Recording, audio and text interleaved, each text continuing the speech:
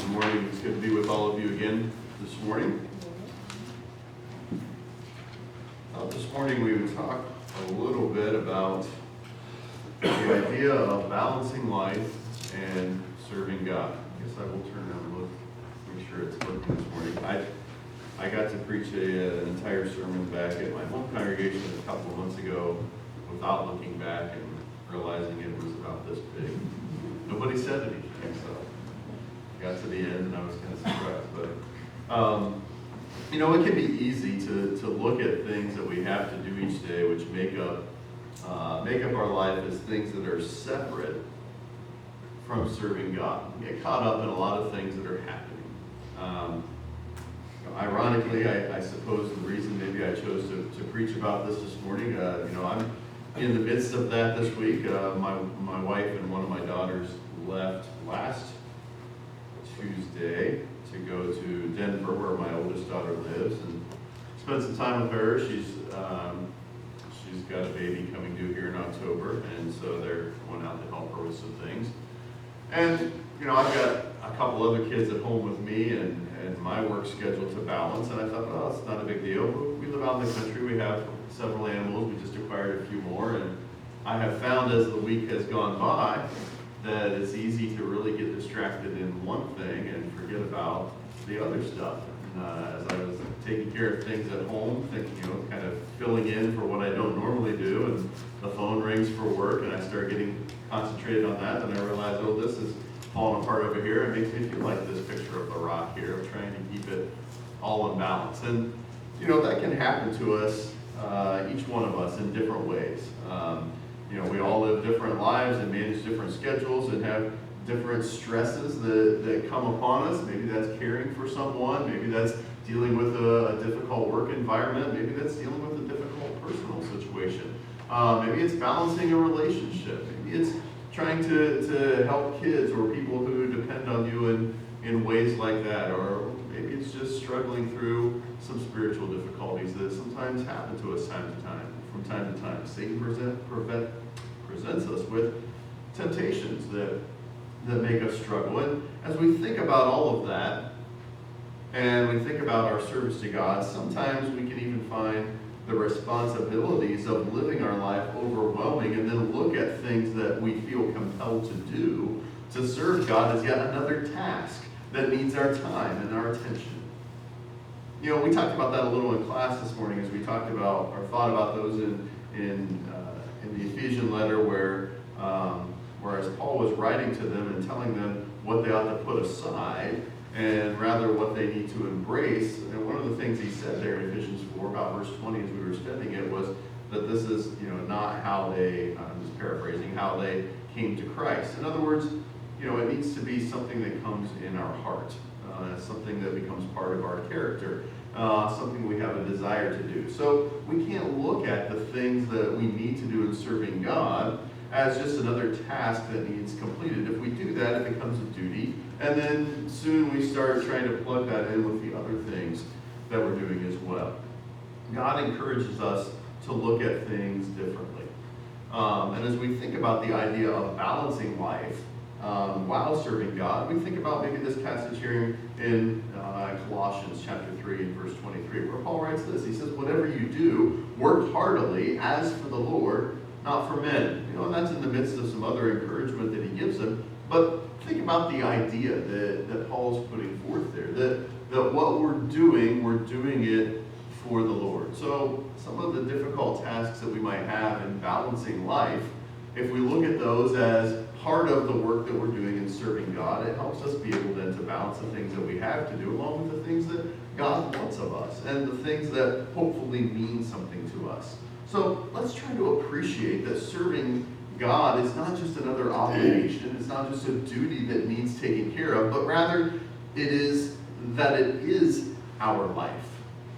And finding that balanced approach keeps us steady and keeps us strong and helps us be the servants that he can use for his glory.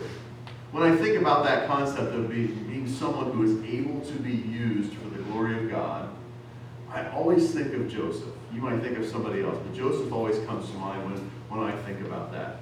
You know, he was someone that had a heart for God. He was someone that appreciated God's purpose. But if anyone had to balance some difficulties in life, certainly Joseph was one of those people. He could have at any moment decided, this isn't something I want to keep doing. Serving God is not getting me anywhere. It's causing me more difficulties. It's causing me difficulties with my family. And yet I try to serve God, and what happens? And I get shipped off into captivity. And I continue to try to serve God in the house that I'm brought into. And what happens? You know, as Potiphar's wife has him effectively thrown into prison. And he gets forgotten there by others, but eventually, because he kept being someone who God could use, eventually he got to the place where God wanted him to be. But talk about balancing things and serving God with the things that he had to do. Joseph is certainly someone who had to do that. And so as we think about that, there's just a few things that I'd like us to consider together of how we can do that. You know, you and I don't have to deal with some of the things that Joseph did, but certainly life can be difficult. Each of us face different challenges depending on where we are in life. We want to think about how we can balance life and serve God in a way that brings him glory and that is pleasing to him. And I would suggest to you maybe the first thing to think about is trusting God's wisdom each day. You know, as we get up, as we have things that are before us, the things that we need to do, trust the wisdom that God puts out there and recognize that there are trials that we must meet. Things are going to happen to us that are not things that maybe we wish would happen. Each day brings trials that we have to meet. James writes about it here in James chapter 1, and beginning in verse 2. He talks about it all through the first chapter, but just look at these couple of verses with me where he says, "Count it all joy, my brothers, when you meet trials of various kinds. For you know that the testing of your faith produces steadfastness." Your version might say produces patience. And those two things, those two words go hand in hand. And let steadfastness have its full effect, that you may be perfect and complete, lacking nothing. Now, I'll be the first one to tell you this is an easy passage to read and a high principle to uphold. But when it actually starts to happen to you, it's difficult. It's difficult to look at certain trials and say, wow, I'm really glad this happened. But the older I think that you get, and the more that you can turn back and say, well, when this happened and I went through this, if something like that happens again, I know how to deal with it. I know how to get through that. And perhaps I can be a strength to someone else who's going through that. And in that sense, then I'm glorifying God. I'm becoming more complete in my ability to be a help to a brother or sister, or in my ability to be able to get through something that has happened before. I don't know if you've ever done this. I used to do this a lot when I was younger, but I don't get sick a lot, but when I do, especially you get some bugs or viruses, I remember always timing things out. When did I start to feel bad? Okay, in about 8 hours I know that the worst of it's going to be over, and then I'm going to feel bad for this long, and then by 24 hours when that goes by, I'm in good shape. And so the next time that happens, and I start to feel bad, I start thinking, okay, I got 7 hours left, and I'm going to feel better. I got 5 hours left, and the worst of this is going to pass. You experience different trials and things, and that helps you get through them. And that's one of the things that we need to understand, is that there are going to be trials that we must meet, but what do? They help us. They build us up. When you look at what Paul writes in Philippians chapter 4 and verse 6, he says there, be anxious, do not be anxious about anything, but in everything, by prayer and supplication, with thanksgiving, let your requests be made known to God. And the peace of God, which surpasses all understanding, will guard your hearts and minds in Jesus Christ. So we understand that there are trials that we must meet. Those things are going to happen, but there's a way to deal with those, to balance what's happening in life and still be pleasing to God and serve Him. To recognize that God has told us there's an ultimate end for those who are His faithful servants. And so in that sense, it's easier not to be anxious about the things that are happening if we recognize what is ultimately happening for those who serve and honor God. And so to do that, to be able to trust in God's wisdom, then understanding that putting my trust for each day in God removes some barriers. Now I like this verse as I think about this here in Jeremiah 29 verse 11. This verse gets taken out of context a lot. People like to quote this verse where Jeremiah prophesies here for the Lord, and he says, I know the plans I have for you, declares the Lord, plans for welfare and not for evil, to give you a future and a hope. People like to latch on to that verse and say, well, God's going to take care of us. He has a plan for us, and I want to follow that.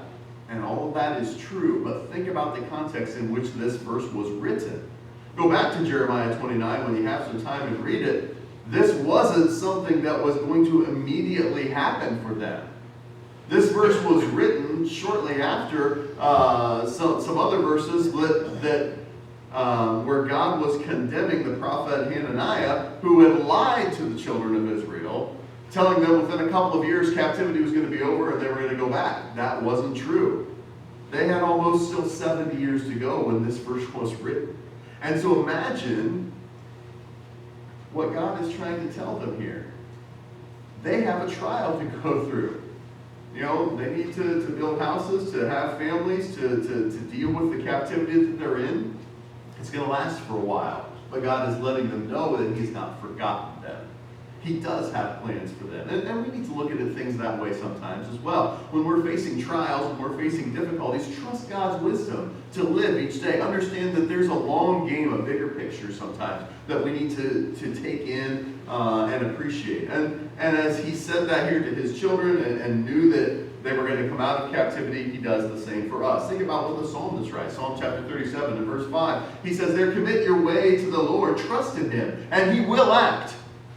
He will bring forth your righteousness as the light, and your justice as the noonday. We see several of the Psalms that point out that we need to trust in God's plan and trust in His purpose. And sometimes, brethren, that's hard to do when we're facing difficulty, when we're facing a daily trial or a constant reminder of some difficulty that we might have. But we can balance our lives and serve God and deal with those things in the right way. Psalm 56 and verse 3 says, when I am afraid, I put my trust in you. In God, whose word I praise. In God I trust. I shall not be afraid. What will flesh do to me? We see that principle repeated in the New Testament when different writers ask, as I trust in God, what can man do to me? Man cannot take away my salvation. It is in God I trust. So in that, then, I can find both peace and toil in His wisdom. Recognizing that God's plan is true and righteous, that it might require work, it might require me to go through some things, but understanding that God does know about me, that He does care about me, and that there is an ultimate plan for those things. 1 Peter chapter 5 and verse 10, Peter writes to those who were going to deal with some serious persecution. Some of them would be killed for their faith. Peter was eventually killed for his faith. But he says to them this, after you have suffered a little while, the God of all grace, who called you to His eternal glory in Christ, will Himself restore, confirm, strengthen, and establish you.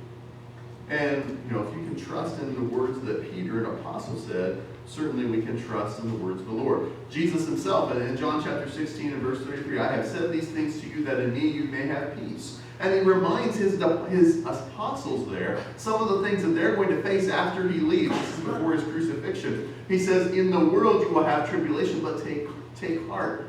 I have overcome the world. So as we think about balancing life, the things that are happening to us each day, and still serving God, remember that He understands.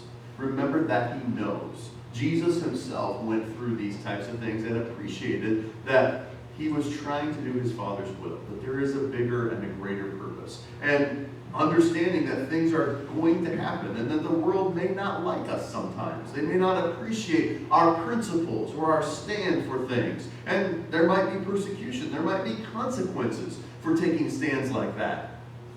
But appreciate that Jesus has said very plainly, I have overcome the world. If we are a disciple of Christ, a follower of Christ, then that means we are on the side of the one who overcame those things.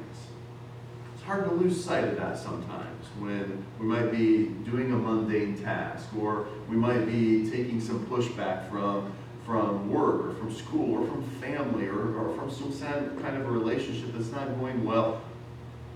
And we forget sometimes that Jesus has said, I have overcome these things. Sin was brought into the world by man, but Jesus has overcome those things. So trust God's wisdom as you live each and every day. Another thing to think about as we try to balance life and serve God is that we need to understand His power let's still bear the burdens that we have. That's something that God looks to us to do. Sometimes trials and distractions can seem like a lot. And there are times when they seem like something that are too difficult for us to overcome. I know I've felt that at different points in life, and I'm certain that you probably have too in different things. But consider what we find both in the Psalms and in the New Testament to show us where we can turn for those things, to understand the power of God while we bear those burdens. Psalm 34, I like this verse here in these couple of verses in Psalm chapter 34. It says, when the righteous cry for help, the Lord hears and delivers them out of their troubles. Now, when you think about this verse, it tells us a couple of things. It tells us that, the fact that they are called righteous means that God is recognizing them as those who are doing right and thinking right. But at the same time, it tells us that he hears them and delivers them out of their trouble. So it doesn't mean that being righteous is going to keep us from having any difficulties. It doesn't mean that because we are right thinking and right doing that life is going to go perfectly. Just the fact of what it says about God here is acknowledging that those who are righteous are going to experience some of those things. And so I need to understand his power and his wisdom, that he recognizes that, but also that I am going to have burdens that I need to bear. Things are going to happen to me. And so he says there, the Lord is near to the brokenhearted and saves the crushed in spirit. Have you ever felt like that? Have you ever felt crushed in spirit? I like the language that is used here by the psalmist, because there are things that happen to us in life that make us feel that way sometimes. And it's okay to acknowledge that, as long as we continue to acknowledge that God has not forgotten us, or God still cares for us. He says in verse 19, many are the afflictions of the righteous. And sometimes we think it should be the other way. The people who are not following God are the people who should be experiencing all the difficulties of this life because they're not giving themselves to him. They're not committing themselves to him. Well, we find several passages that talk about time and chance and how those happen to all of us, that the rain falls on the just and the unjust. If you look back and see those who were holding up God's purpose and doing the things that would promote his kingdom, I think of some of the things that the prophets went through, or some of the things that God asked of them in order that his word might be proclaimed. It was not an easy life. I think of the apostles, or some of the early disciples in the early church, scattering because of persecution, fearing for their lives, wondering if their family is going to be hauled into a Colosseum and put on display. And yet they were righteous, and God recognized them as that. There are difficulties that we have to bear sometimes. Now, I dare say in this country, at this time and place, we don't have to experience some of those things, but times are changing. You don't know what's coming. Are you ready to stand? Are you ready to understand that many are the afflictions of the righteous, but the Lord delivers him out of them all? We need to understand his power while we bear those burdens. Think about what it says here in Acts chapter 14 and verse 22 as it talks about the early church.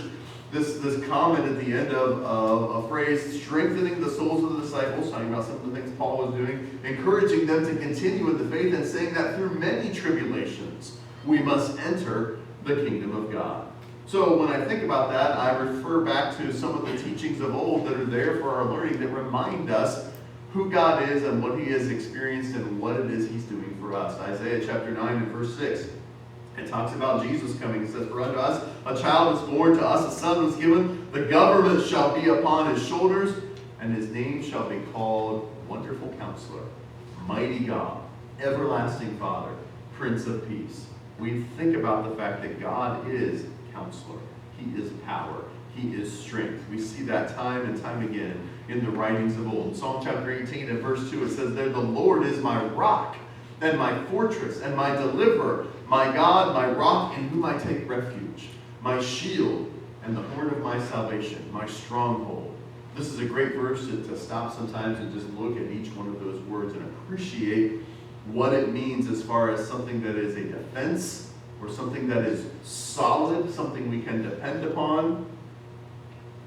If you've ever had the experience of, crossing kind of a wide river, a rushing body of water. I've done that a couple of times at different stages of life. And sometimes, the rivers around where I live, we go canoeing on, or we can get into, or walk along in the spring. They get moving pretty fast. And I've been to them before, and I recognize, I can stand up in all of these. They're not that deep, but when the water's moving quickly, it's a little scarier than when it's not. And what do I look for when I do that? I'm looking for a big rock, right? Something solid to stand on, something to help me through that. Think of God as our counselor, as our power, as our strength. Understand that. Even though burdens will come, he is there to be able to help us. And in Exodus chapter 34 and verse 6, as the children of Israel needed someone to lead them and someone to depend on, and oftentimes they didn't where they should have, but think of how God described himself there. The Lord passed before him. This is when Moses was getting the tablets and the commandments. The Lord passed before him and proclaimed, the Lord, a merciful and gracious, a God merciful and gracious, slow to anger, abounding in steadfast love and faithfulness. It's just interesting to look throughout the Word of God by all of these different writers, the writers of the Psalms, or Moses writing down the Pentateuch, or the prophets, or the Oracle, or the Chronicles of the Kings. When you get into the New Testament, you see the epistles written by all of these different men, and all of them describe God in a similar way. A strength, a power, one who cares, one who is able to see all things and know the end and be able to take care of us. Understand his power as we think about the burdens that we have to bear. And realize that he has promised me the ability to overcome.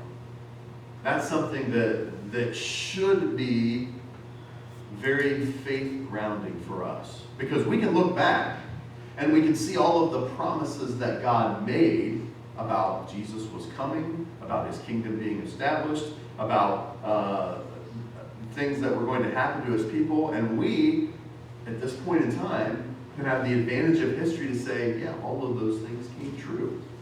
And if that's the case, then can we not take that these other promises are going to come true as well? Romans chapter 8 and verse 18, what does he say there? Paul says, for I consider that the sufferings of this present time are not worth comparing to the glory that is to be revealed to us. And think about some of the promises that God made for us to be able to take advantage of that glory. In 1 Corinthians chapter 10 and verse 13, here's a big one, because we lose sight of this sometimes. He says, no temptation has overtaken you that is not common to man. Your version might say, such as is common to man. In other words, the things that you're facing today, the things that you may go out of here and face yet today or tomorrow or this week at work, or the things that you're wrestling with right now, guess who else wrestled with those things?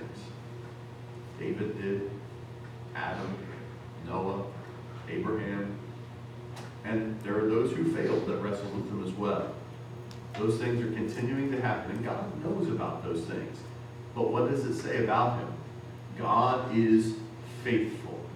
And we can trust that because we've seen what he has done. We've seen him fulfill promises. He's done just exactly what he said he would do. So when this was written by Paul, a servant of God, we can trust it. God is faithful. He will not let you be tempted beyond your ability, but with the temptation will also provide a way of escape that you may be able to endure it. Understand his power while you bear the burdens that you may have. Sometimes the way of escape is be like Joseph, flee. Leave the garment in the hand and get away. Sometimes we just don't want to do that because the temptation is pretty strong. But there is a way. If you are being tempted by something that is really pulling you down, one of the best things that you can do is read a verse like this and realize, wait a second, God is faithful. He's promised he's not going to give me something I can't handle. So if I'm experiencing it, there's a way to handle it. Maybe I just need to take another look at what that way is. Maybe I need to be willing to give something up that I just think is too hard to give up because that will get rid of this temptation. I don't know. Something to think about, to appreciate the fact that he has power, but we have burdens that we need to bear. We often think about this verse It gets misquoted a lot too, but I think the principle is sound for us to think about. This morning we think about balancing life and serving God, that I can do all things through Christ who strengthens me. Paul wrote about this as he dealt with situations that he was in and dealt with imprisonment and trying to think about how the gospel would be spread and what kind of strength he had to do that. We use this in a lot of different contexts, but I think it's a good principle to consider. That if we are doing things for the glory of God, we're depending upon Him, certainly we can find the strength to do that. Psalm 118 and verse 13 says, I was pushed hard so that I was falling, but the Lord helped me. The Lord is my strength and my song. He has become my salvation. Think about the context in which maybe some of the prophets who were asked to, take on a certain marriage or to give years of their life doing things that they would find deplorable in order to make a point for God's people. Think about how some of them might have looked at a saying like this about being pushed hard, but understanding the Lord is there to help. So we need to understand His power while we try to bear our burdens. The last thing I'll leave you with is this, as we think about this principle, is to believe His promises while we work through life. Now, I've mentioned this a couple of times as we've thought about some of these principles, but look at some of these passages that help us understand this. Believing His promises makes the difference in what I can accomplish. And let's look at the Old and let's look at the New as we see this concept embraced. Here in Jeremiah in the Old Testament, where it's written in chapter 12, beginning in verse 1, he says, Jeremiah writes, Righteous are you, O Lord. When I complain to you, yet I would plead my case before you. Why does the way of the wicked prosper? Why do all who are treacherous thrive? And isn't that a question that we might think about sometimes? Jeremiah wrestled with that a little bit. But we need to believe the promises of God that there is a bigger purpose and a greater reward. And, I think of this verse often when I think about that because I appreciate what Paul wrote about it here in 2 Corinthians chapter 4. I think this is a great verse, and he follows up some more thoughts with it at the end of the chapter. I don't have those up here today, but at the end of chapter 4 you can read that and see that as well. But think about all the things that Paul could have been. A well-educated man from a good family, a Pharisee of Pharisees, as he describes himself in other places in 2 Corinthians. All the advantages that he could have had, and yet he chose, after he saw Jesus, he chose to go ahead and obey the gospel and to be what God wanted him to be. That was his choice, to do that. And look at some of the things that he suffered, and look at his attitude here as we read these verses in 2 Corinthians chapter 4, beginning in verse 7. He says, But we have this treasure in jars of clay to show us that the surpassing power belongs to God and not to us. In other words, he's talking about him as a vessel and his followers as a vessel who can serve God and can use what they have to bear their burdens and balance life and believe the promises that God has made to them. He goes on to say, we are afflicted in every way, but not crushed. Perplexed, but not driven to despair. Persecuted, but not forsaken. Struck down, but not destroyed. Always carrying in the body the death of Jesus, so that the life of Jesus may also be manifested in our bodies.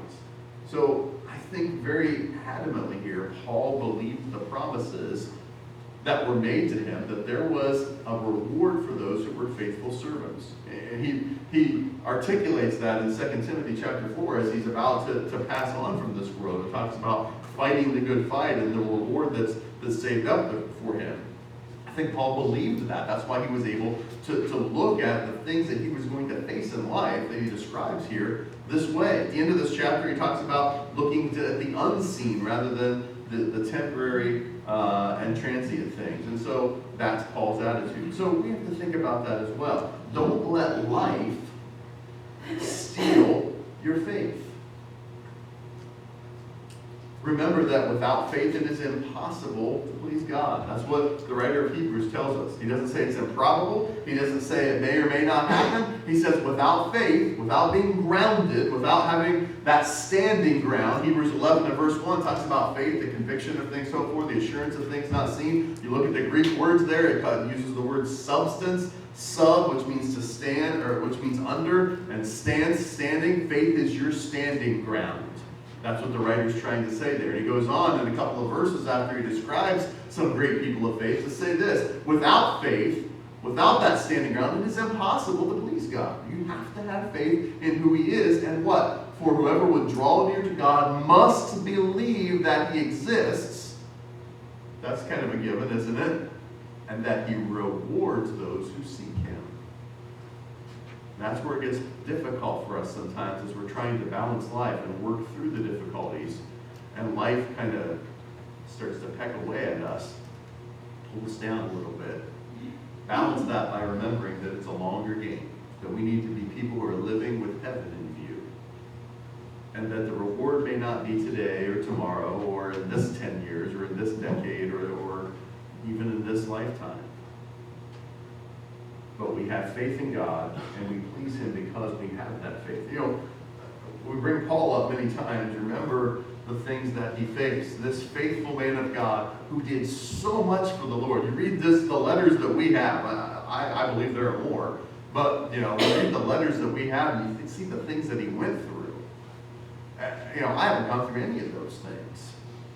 And think about how many times he was suffered or stoned or near to death or beaten, chased out of cities. I mean, we get upset when somebody at work or school, you know, makes fun of us or doesn't like us or makes a little comment about us.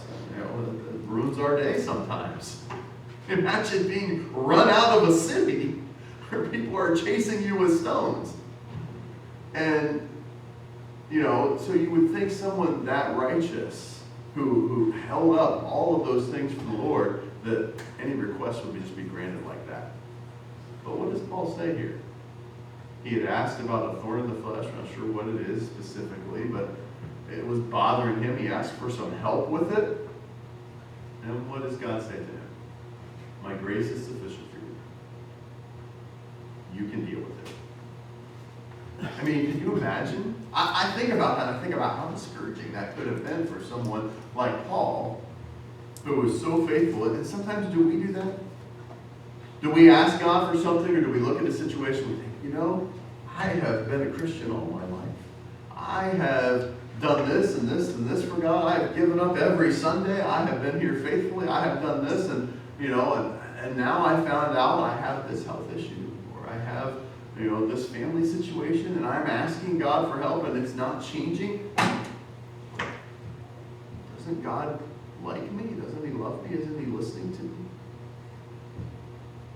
What did he tell Paul? You can handle it. My grace is sufficient for you. And what does Paul say? He says, therefore I will boast all the more gladly of my weaknesses, so that the power of Christ may rest upon me, that God might be glorified. Easy to read, hard to do.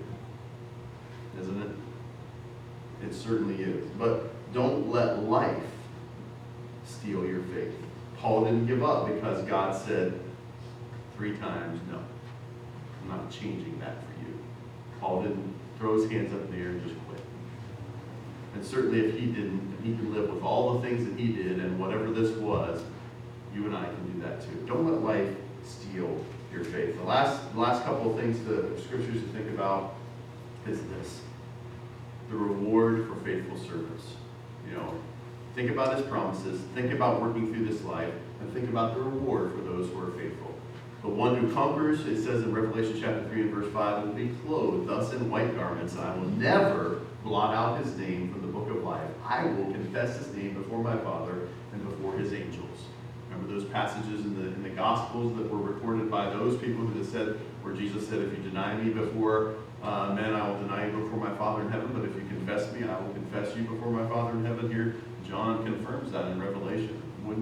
How wonderful it will be to hear our name given before the Father by the very Son of God whom we have served. Paul said this in 2 Timothy 2 and verse 12, talking about the ways that he suffered, the things that he worked through, he says, but I am not ashamed, for I know whom I have believed. We sing a song about that. And I am convinced that he is able to guard until that day which has been entrusted to me. Paul knew where he was headed, and he believed that, and that's what motivated him to continue. The last verse I'll leave you with is this one. 1 Corinthians chapter 15 and verse 53, as Paul wrote about the resurrection, he looked forward to the day that was coming. Notice what he says here about all the things that can happen to us here in this life. He says, for this perishable body must put on imperishable, and this mortal body must put on immortality. Paul believed that was coming. And so because of that, he says, when this perishable puts on the imperishable and the mortal puts on immortality, then shall come to pass the saying that is written, death is swallowed up in victory. O death, where is your victory? O death, where is your sting? For the sting of death is sin, and the power of sin is the law. But thanks be to God who gives us victory through our Lord Jesus Christ. All those things that he dealt with, all those trials that were happening, all the things that pulled him away, Paul recognized that those things were not going to win because Christ had risen and Christ had victory over death. And he finishes that thought with this. Therefore, my beloved brothers, he's writing to you and me too, be steadfast, immovable, always abounding in the work of the Lord, knowing that in the Lord your labor is not in vain. I tell you what, that's hard sometimes, to balance life and to be steadfast and immovable and to be abounding in the work of the Lord when I'm dealing with the things that are pulling me aside, or the things that I think have to be taken care of because there are difficulties and trials of this life. Those are hard to do. But I need to recognize that I can balance life. I can serve God, as I watch so many who have done it before me, because it is a longer game. It is a bigger picture. I live with heaven in view, and I encourage you to do those same things this morning. To be able to do that, you have to be on the right path. To live that way and to have that confidence like Paul did that we've read about so many times, you have to be in Christ and to be able to commit yourself to him just like Paul did after he experienced the things that Jesus did for him. If you haven't started that journey, now is a great time to start that. If you believe what the Bible teaches us about that, and maybe you need help getting back on the path. Maybe you've been discouraged about the things that are happening in life. And I encourage you, if you have, and you need the prayers of your brothers and sisters here, to reach out. I know that they'll be able to help you and pray for you. We'd be happy to do that this morning. If we can help you in any way, would you come to let us know by coming to the front as we stand and sing this song. God is calling the prodigal, come without delay. Hear him calling, calling now for me. Though you've wandered so far from his presence, come today.